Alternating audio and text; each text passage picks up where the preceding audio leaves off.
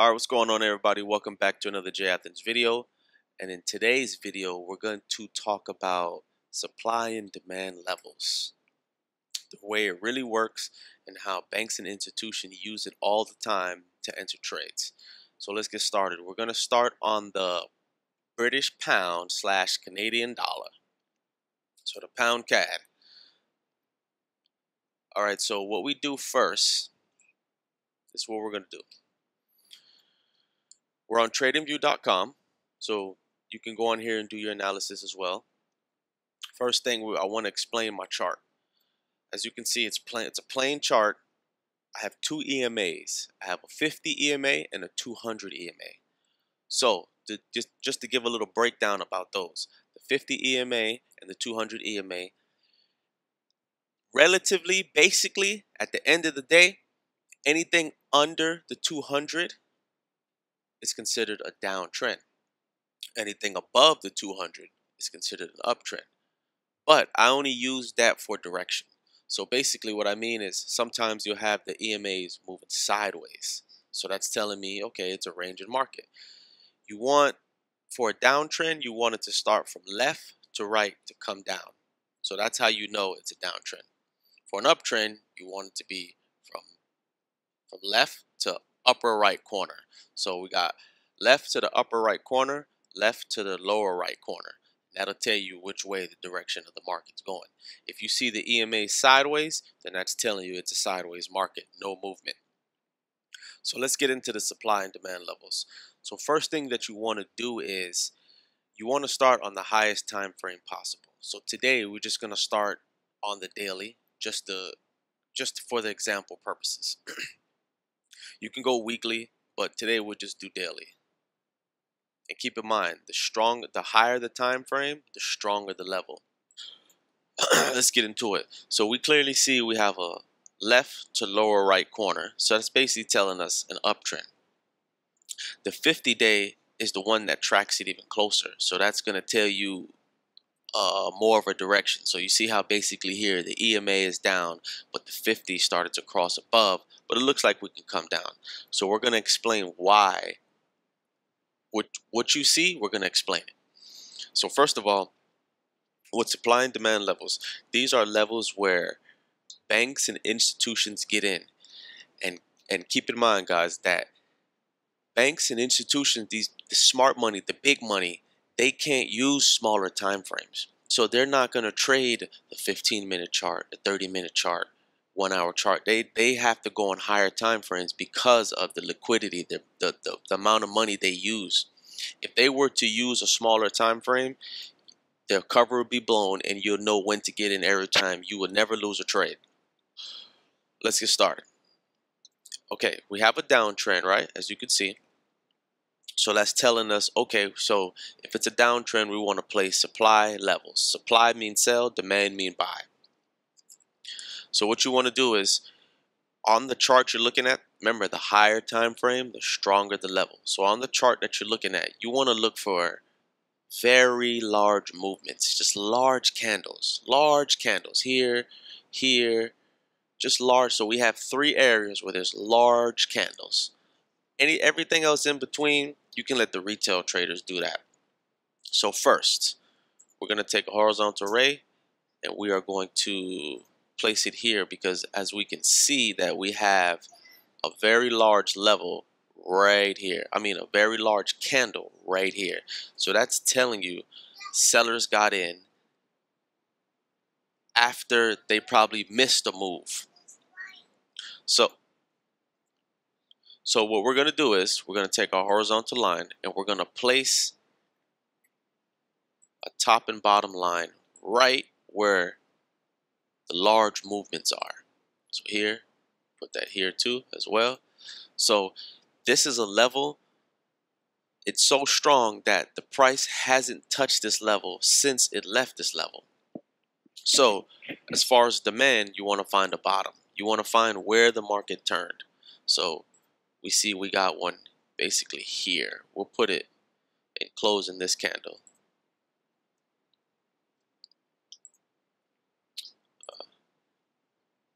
We'll put it in, oh, there it is. So we'll put it in closing that candle right there. Let's erase that one. So that's a demand level. That's where a level where it turned and we see large candles. Pay attention. Supply and demand levels, the way you can point those out is large candles. Large candles. So for starters, we have a supply up here. We have a demand right here. And we're on the daily chart, pound cat. And then we also see we have a level right here.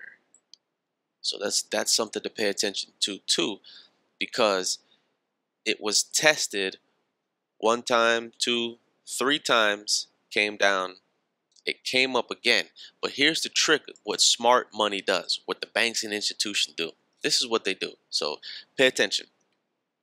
You see, as it broke this level, this supply came all the way down, strong bearish candle. We have another level, it came up, it couldn't pass this level just as yet. So because it's been tested more than 2 times, we can say, okay, that's a secure resistance level. So we have supply level, demand, and in between we'll call it resistance support. So we have a resistance level here. Banks got in here, came down, made profit. The price got to around 1.584 to 1.5736, and that's where the sellers gave up, and the buyer says, okay, this is where we want to buy it now. So they'll come in, buy it here, and notice, guys, when you see these levels here, most likely the retail trader is going to take a sell position because it's been tested 3 times and place, give me 1 second. They'll most likely place a stop right here. So guess what happened? The banks, they want to get back into the trade. They push the price up. Pay attention, guys. Let me give you an arrow. They push the price up. Oh, sorry.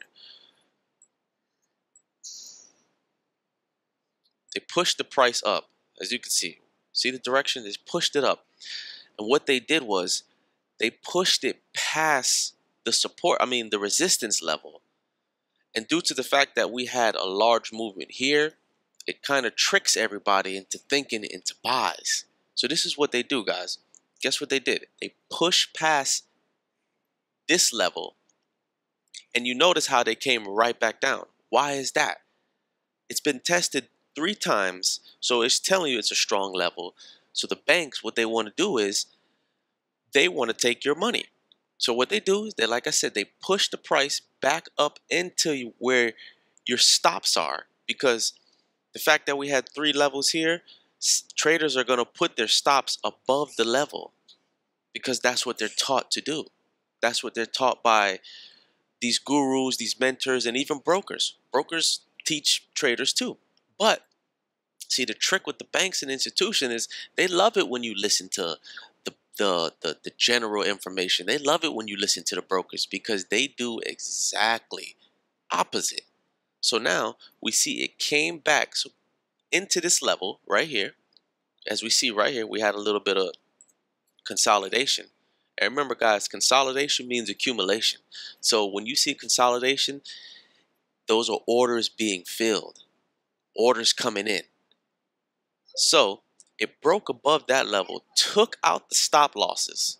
It took out the trader's stop losses. And I get mostly 9 times out of 10, the retail traders thought that we're going to have an up move because they seen this large movement right here. So they tricked the traders into thinking up, and now we have a fake out because most traders, retail traders, when it breaks above this black line right here, this resistance, and comes back down and test it, guess what they're going to do? They're going to put a buy order in because that's what they're taught to do. So guess what? Smart money pushed up, and all of a sudden, we started having instant accumulation, instant range. It couldn't go up higher. It just went high enough just to take out the stop losses, stop all those traders out, and guess what we did, family? Right back down. This is what the banks do, guys. This is how they manipulate the market. So now they want to eventually push the price up back to where? This supply level right here. we can consider this what they call a fresh level because price hasn't come back to this level. So they end up taking out the stop losses, and guess what? Pushing it right back down. And the reason why you know it's a strong level because as it broke below the level, guess where it came back up to test the same resistance level, and guess what? Shot right down for 2 days. Because remember on the daily chart. So for 2 days it came straight down. So now that is the fourth touch. 1, 2, 3, 4 right here. So what you want to pay attention to is that you can use the moving averages in this case, especially the 50. You see price starts to slowly break above the 50 MA. And remember, anything above the 50 and the 200, technically that is the short-term trend for now. But overall, we're coming down. So what banks and smart money want to do, they want to push the price up back to this supply level. Right back to the supply level. So you know what we can do? We can put another, right here is another accumulation area. Pay attention, family. Right here. Because you know why? They push the price up. From here, it ranged, orders are being accumulated, and boom, another big movement. Smart money only made that move because guess what? They want to take out these stop losses. So when people see this big move, we may have an uptrend for quite a while, but when you look at it from a bird's eye view, from a longer time frame, you see what they're doing. You have to look at it from a farther time frame to get a good understanding of what's going on. So now, most likely what they want to do is they probably want to push price back into this demand level right here. And because price shot up with a big candle, most likely price is probably going to come right here. Most retail traders probably say to themselves, okay, it pushed up, the trend is now up, so guess what they do again? Let me give you another line. Guess what traders do again? They put their stops right here. They put stops right below the level that they think, okay, it showed a big movement, has a lot of momentum, it's going to go. Now it's an uptrend. Because they are tricked by these large movement of candles. So they'll put their stops right here. And now, most likely, what the banks want to do is, see another thing too, family, the banks and institutions, they see your stop losses. I don't think there's nothing wrong with putting stop losses, but you just have to understand where you're putting them and why you're putting them there. Me personally, I don't use stop losses. I use mental stop losses. You're not going to be able to see where I'm at. And this is how they take advantage of the retail traders. So most likely traders have a stop right here. They're going to probably push down lower into the demand level. Once again, tricking people thinking that it could be a sell. Take out your stops and then take it right back up. Right? You got to pay attention, family. But you see the market? You never know. A person cannot tell you they can predict the market every single time, pinpoint accuracy, because you never know where price is going to go. It can shoot past their stop levels and keep going all the way down, maybe to this demand level. So there's two levels where we're looking at, right here and right here, to where they can potentially bounce up to come up. To come up to where? This supply level, this strong supply level. So now, as price comes down to this demand level or this demand level and take back off to go up, it'll come into this area, and guess what? You have to pay attention. They know that because of this movement, people are most likely going to put their orders there. So guess what again? Their stop losses are probably right above the level. Banks and institutions see that. They'll push it up past it to create a higher high. And you know, half of the time, you know, when price creates a higher high, it can go up to another higher high and create an uptrend. But half of the time, it creates a higher high to trick traders. So because a price can come back up to this level and break above, most traders will think, they're taught to say, okay, that's an uptrend, let me go in and buy. And this happens again. But in this area, price pushes up, take out the stops, and we'll have a strong sell. Boom. So let's see. Let's say we took a sell limit order right here. Bam. Because you know the banks are going to take out the stop losses. And you come back to where, let's say even here. That's 2,000 pips. So, let's take that out. So keep in mind, family. Remember, you have to pay attention to where stop losses are placed. They're always going to be placed a few pips above where support and resistance areas are. Retail, to me, here's my analogy.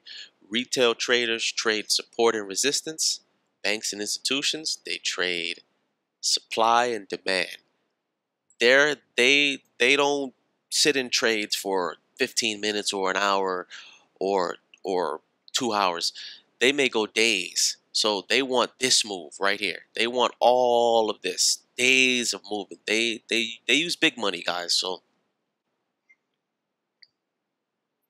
huh? Okay. Yeah, that was my son. Teaching him how to trade too. So right now he wants to eat.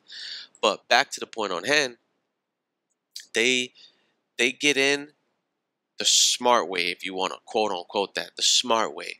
They take traders out, their stop losses, and they go right back into the direction where you originally wanted to go. And you'll tell yourself, what is going on? That is, you'll take a sell trade, it shoots up, you're like, damn, my stop loss came out. They took my stop loss out. And then they go right back down. I know you guys have experienced that. I know you guys have noticed that. Now I gave you the little secret of what they do. They're just taking out your stop loss because you place a stop loss, they see those orders, they manipulate the price to push into those orders and come right back down. Right back down. So this is my little video on supply and demand. I'm probably going to make a part 2 because there's a lot more information that I can give you guys, but I don't want to make this video too long. I've been rambling for a minute now. So thank you guys for tuning into this video. Don't forget to share, like, subscribe, and see you next time. It's Jay Athens.